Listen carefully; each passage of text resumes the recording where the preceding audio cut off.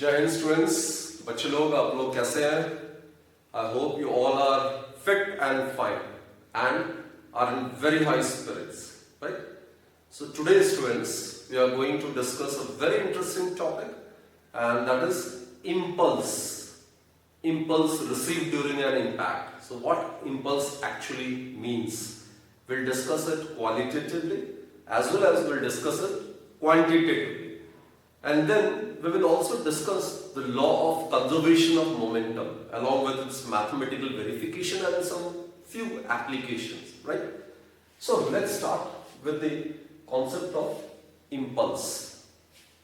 Before we start about this particular topic, let's first consider a situation when a cricket ball is hit by a bat, or a football is kicked by a player, or a nail is struck into a wooden plank with the help of a hammer.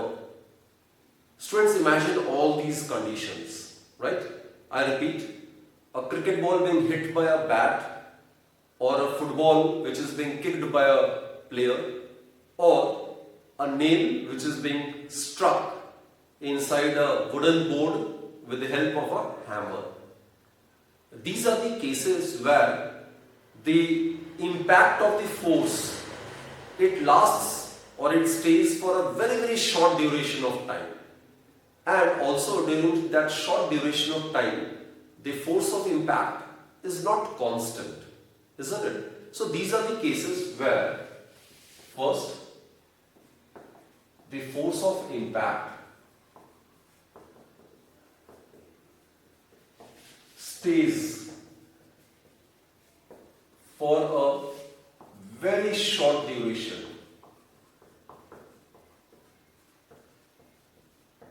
right? So the time during which the force lasts, that is very small, right?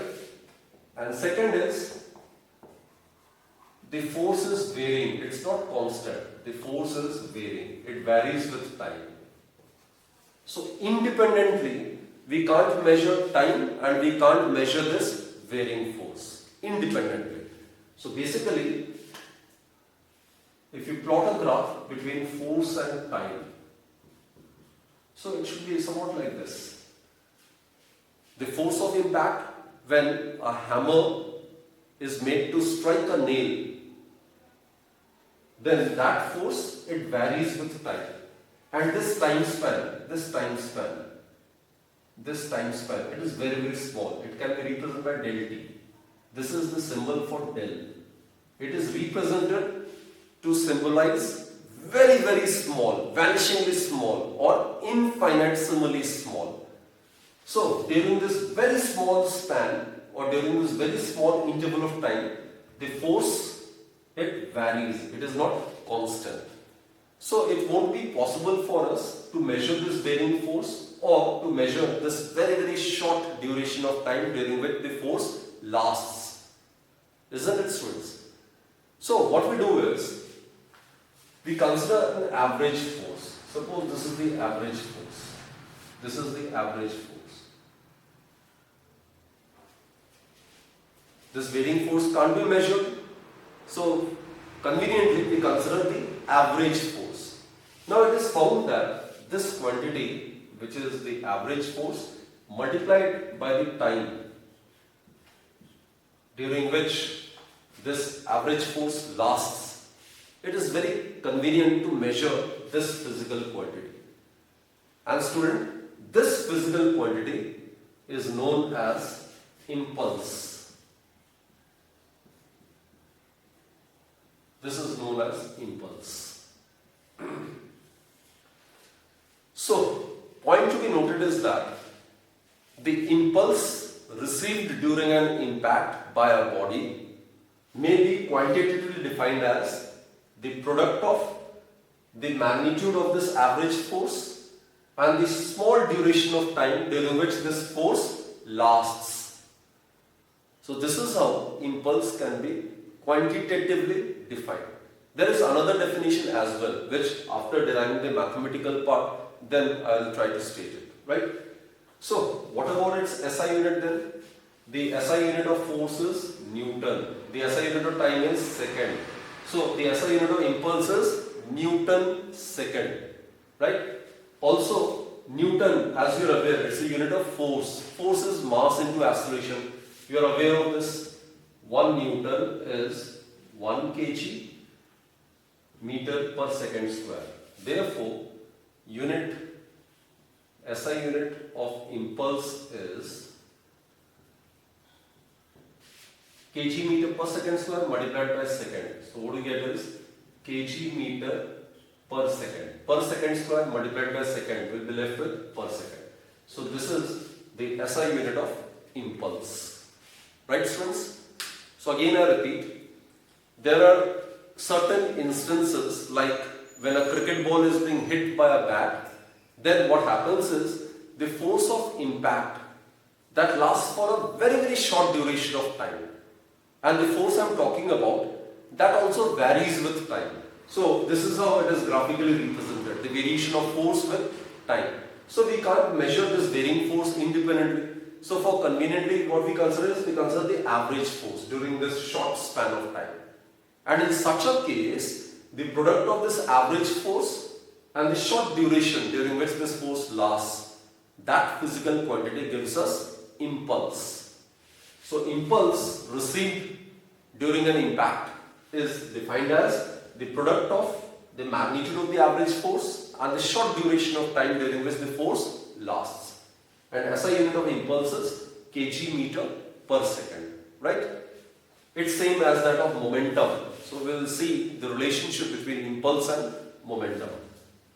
So now what you consider is, let's try to get the relationship between impulse and momentum. Now as per Newton's law, we are aware,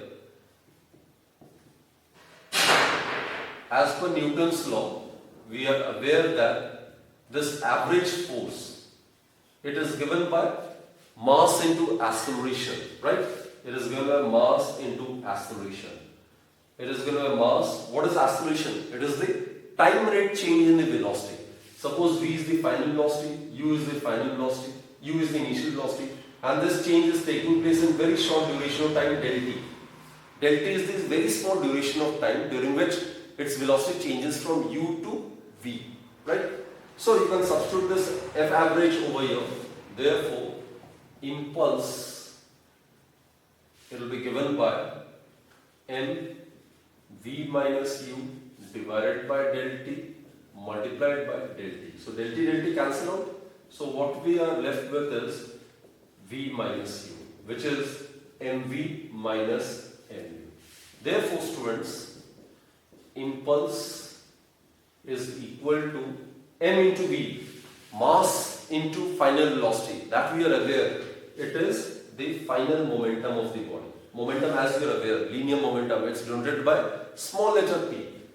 Product of mass multiplied by the initial velocity of the body. That will give us the initial momentum of the body. And final momentum minus initial momentum of the body is actually the change in the momentum of the body. It is actually the change in the momentum of the body. So this is another valid statement of impulse. So impulse received during an impact by a body is also defined as the change in the momentum of the body. So students, always remember, in any numerical, when you are supposed to find the value of impulse, then simply find out the change in momentum of the body. That would be numerically equal to the impulse received by the body during an impact. So it is but obvious that the unit of momentum, unit of impulse, it is same. Unit of momentum is also kg meter per second. Unit of impulse is also kg meter per second. Right? So this is how impulse can be defined. Either as product of F average and the small duration of time, or as the change in the momentum of the body. Right? Now let's consider the conservation of the linear momentum. We are already aware of the term momentum. Momentum signifies the total amount of matter contained in a body, isn't it? And mathematically, momentum, as we are aware, it's given by the product of the mass of the body and its velocity. So let's discuss conservation of linear momentum. Actually, law of conservation of linear momentum, it states that in the absence of any external unbalanced force, the total momentum of the system always remain conserved. Conserved means total momentum of the system will always remain constant. What it means is that in the absence of any external force, the initial momentum of the system must be exactly equal to the final momentum of the system. Right? So, the statement is, let's first discuss the statement of law of conservation of momentum. In the absence of any external force, in the absence of any external force, that is, when net external force acting on a system is 0, then momentum of the system is constant. Momentum of a system is constant means initial momentum of the system must be exactly equal to the final momentum of the system. So this is what we are going to verify. So students, let's again concentrate on this statement. Law of conservation of linear momentum, it states that in the absence of any external force, that is when F is equal to 0, then the momentum of the system always remain constant or conserved, which suggests that the initial momentum of the system is exactly equal to the final momentum of the system. Right? So this is the statement of law of conservation of momentum. So now let's verify it mathematically. Right? Let's verify this. Let's do the mathematical part. Now what to do is, in the absence of an external force means, consider a system comprising of two bodies and they are isolated. Isolated means they can mutually interact upon each other, but no net external force acts on it. Right? So suppose this is a system. This is a system. This is an isolated system. Isolated system means no net force, external force acts on this system. And suppose this system comprises of these two bodies, A and this is body B. This is of mass m1, this is of mass m2. Suppose it is moving with initial velocity u1 and this is moving with initial velocity u2. Let us consider this. Or they might move along the same direction as well, like this. Let's consider that to be moving along the same direction. Obviously, if u1 is greater than u2, then at some point of time this body will be able to strike body B, isn't it? So, they must be interacting with each other, right? So what it means is, isolated system means it's a system in which no net external force acts on it. External force acting on the system is 0. So that's the meaning of isolated system. The bodies which constitutes this system may interact with each other. They are known as the internal forces. Sum total of internal forces of a system is always 0. Right? So these are some basic fundamental facts which we all must be aware of. Right? So let us consider what is the initial momentum of the system. So initial momentum of the system is m1u1 plus m2u2. Here students, initial momentum of body A is m1u1, initial momentum of body B is m2u2. So the initial momentum of the system is m1u1 plus m2u2. This is initial momentum of the system. This is P initial. This is the initial momentum of the system. Let us consider they collide against each other.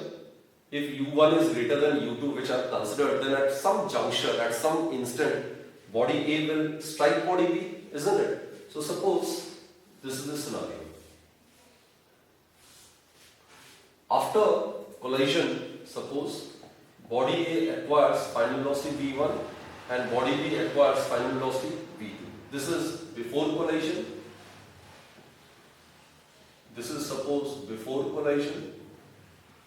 And let us consider this to be the situation after collision. Right? The same two bodies after collision, suppose they have acquired final velocities of v1 and v2, moving along the same straight path. We are considering one-dimensional motion. So, what will be the final momentum of the system? Let's check. Final momentum of the system will be P final. P stands for momentum. So, final momentum of the system is m1v1 plus m2v2. Put this as equation number 1 and let us consider this to be equation number 2. Right, students? So what we have considered is a system comprising of two bodies A and B of masses m1 and m2 respectively to be moving initially with velocity u1 u2 along the same straight path. If u1 is greater than u2, then at some juncture the bodies will collide, and suppose they keep moving along the same straight path. We are considering one-dimensional motion. So after collision, suppose the two bodies acquire final velocity of v1 and v2. So initial momentum of the system would be m1 u1 plus m2 u2. Final momentum of the system would be m1 v1 plus m2 v2. Right? Now what happens is, during the impact, during collision, when the two bodies collide, the diagram would be somewhat like this. This will be the diagram. These are the two bodies when they collide. This is A, this is B.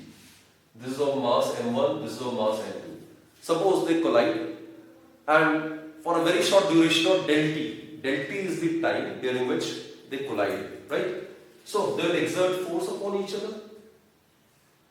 Suppose they exert force of FAB and FBA with each other, right? We have discussed Newton's third law, students. Whenever the two bodies interact with each other, then forces in nature always exist in equal and opposite pairs. What I mean to say is that during the interaction of the two bodies, the forces are equal in magnitude but oppositely directed. Clear, students? So, as per Newton's third law, what we do is FAB, it should be equal to minus FBA, right? So, as per Newton's third law, which is the action-reaction, to each and every action there exists an equal and opposite reaction. So these two forces must be equal and opposite. It should be equal to minus FBA. Put this as equation number 3. Equal sign suggests that both the forces are of equal magnitude. Negative sign suggests that they are oppositely directed. FAB may be considered to be the force exerted by body B on body A. FBA may be considered to be the force exerted by body A on body B. So they form action-reaction pair. Now what to do is, let's make use of these three equations so as to obtain the result. So, FAB is equal to minus FBA. FAB is equal to minus FBA. Now force, students, as per Newton's second law, we know that force is the time rate change in the momentum. Time rate change in the momentum. It is the force exerted by body B on body A. Right? It is the force exerted by body B on body A. This is the force exerted by body A on body B. So this is the force acting on body A. Right? So it will be given by the time rate change in the momentum of body A. As per Newton's second law, we know that force is given by time rate change in the momentum, V minus U divided by T. This is the formula for force. So, FAB is the force exerted by body B on body A. This is the net force on body A. So, what you do is, mass of body A is m1, its final velocity of body A is v1, initial velocity of body A is considered to be u1, and the time during which the impact is taking place, that's a very, very short duration of time, that is considered to be del t, suppose, and it should be equal to negative of force exerted by body A on body B. So this is the force on body B. Force on body B would be given by time rate change in the momentum of body B as per Newton's second law. So it will be mass of the second body, final velocity of the second body minus initial velocity of the second body divided by the short duration of time during which the collision takes place, that is del t. Right, students? So what we get is, try to rearrange the terms and we should get the result. So what do we get? Del t get cancelled. So what do we get? m1 v1 minus m1 u1 is equal to minus m2 v2 minus minus will give us plus m2 u2. So let's try to rearrange the terms. So m1 v1 plus m2 v2 is equal to m1 u1 plus m2 u2. This we have discussed, students. It is the final momentum of the system, and this we are aware it is the initial momentum of the system, so it is constant. So this is how we can easily mathematically verify the law of conservation of linear momentum. So students, this law states that in the absence of any external force, that is, I am talking about an isolated system, the total momentum of the system always remain constant or conserved. That is, the initial momentum of the system is exactly equal to the final momentum of the system. So this is the mathematical verification of this particular law, right? So let's try to apply this law. We have discussed in Newton's third law the recoiling of a gun, right? It can be explained in terms of the conservation of momentum as well. Then we have discussed the propulsion of rocket, how a swimmer is able to swim, isn't it? So all those concepts can also be explained with the help of law of conservation of linear momentum. So let's consider the case of recoiling of a gun. Recoiling of a gun or a rifle. Suppose this is a gun and this is the trigger and this is the bullet. Suppose bullet is of mass small m, the gun is of mass capital M, the initial velocity of bullet is u, the initial velocity of the gun is capital E, and after the bullet is fired, then its mass is m, suppose its final velocity is v, and the final velocity after firing of the bullet, the final velocity of the gun is capital V. Let us assume that, right? So this is a system where no external force acts, only by pressing the trigger, the bullet will move in the forward direction and the gun tends to recoil. So this is what I am going to prove it mathematically using the law of conservation of momentum. So students, these all are the internal forces, right? Net external force acting on the system is 0. So the total momentum of this system comprising of this gun and the bullet must be conserved, just how we have discussed. This is an isolated case. So here the net external force is not acting. So the net momentum of this system comprising of this gun and the bullet must be conserved. So initial momentum must be equal to the final momentum. So initial momentum must be equal to the final momentum in the absence of any external force. This is internal force, right? No external force is acting, right? So in this case, initial momentum of the system system comprises of bullet and the gun, right? Momentum is mass into velocity. So initial momentum of the bullet is mass into initial velocity. Initial momentum of the gun is mass into its initial velocity. And what about the final momentum? Mass into final velocity plus the final momentum of the gun would be mass of the gun multiplied by its final velocity. Now obviously initially the gun as well as the bullet are at rest. Therefore U is equal to capital U, it should be equal to 0. Initially the bullet, it's inside the gun and the gun itself is at rest. So small u and capital U both are 0. Therefore what we get is m small v plus m into capital V. Or rearrange the terms, we get capital V is equal to minus small m by capital M into small v. Now look, mass, they don't have any direction, the scalars. So this is velocity. Negative sign suggests that these two are oppositely directed.